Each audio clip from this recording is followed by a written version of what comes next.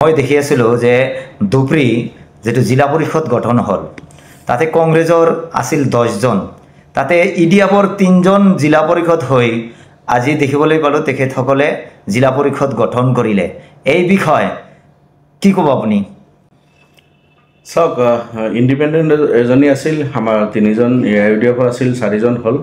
আৰু ৰাইজৰ দলৰ এজন আছিল কংগ্ৰেছৰ 9 জন আছিল এজিপি বিজেপি তো ভোটত অংশগ্ৰহণ কৰা নাই তেখেতসকলে এই 15 জন সদস্যৰ মাজত আমি 8টা ভোট পাইছো আর আমি যে ক্যান্ডিডেটক সমর্থন দিছিল আমার সমর্থিত ক্যান্ডিডেটে 8টা ভোট পাইছে আর কংগ্রেসে 7টা ভোট পাইছে তো কংগ্রেসের 9টার মাজৰ পৰা 7টা ভোট তেখেতসকলে পাইছে আমি 8টা ভোট পাইছো গতিকে আমি ভালে পাইছো আমার ক্যান্ডিডেট উপযুক্ত বুলি ভাবি এটা কংগ্রেসে ভোট দিছে আর এটা কংগ্রেসে তো পুরনো অভ্যাস আপোনালোকে জানে ক্রস ভোট করা যেটো বুলি কয় এটো তো কংগ্রেসে ধুবুৰীত ভালে কৰিছে ইউডিএফৰ সমৰ্থিত ক্যান্ডিডেট ইন্ডিপেন্ডেন্টক দিছে কিন্তু কংগ্ৰেসে তো বঙাইগাঁৱত বিজেপিক বনাইছে বঙাইগাঁও যেটো জিলা পৰিষদ গঠন হৈছে এজিপি বিজেপিৰ যিজন ক্যান্ডিডেট আছিল সেইজন ক্যান্ডিডেটৰ কংগ্ৰেসে সমৰ্থন দি বঙাইগাঁও জিলা পৰিষদ বনাইছে আপোনাৰ টাবাট্টাৰী ব্লক চেয়াৰম্যান যিজন তাতে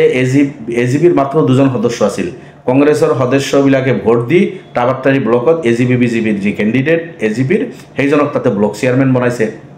আৰু কিছুমান জিলা তেনেকুৱা কৰিছে গতিকে এটো কংগ্ৰেছৰ পুৰণি অভ্যাস কংগ্ৰেছে তো যত বিজেপিক ভোট দি দিয়ে তাত ইউডিএফৰ সমৰ্থিত ক্যান্ডিডেটক ভোট দিছে মই ভাবো ইমান তো ডাঙৰ অপৰাধ একো কৰা নাই কংগ্ৰেছে এই সব কাম কৰিয়ে থাকে এটো ৰকিবুলৰ কাৰণে হল না বদৰুদ্দিন আজমলৰ ক্ৰেডিট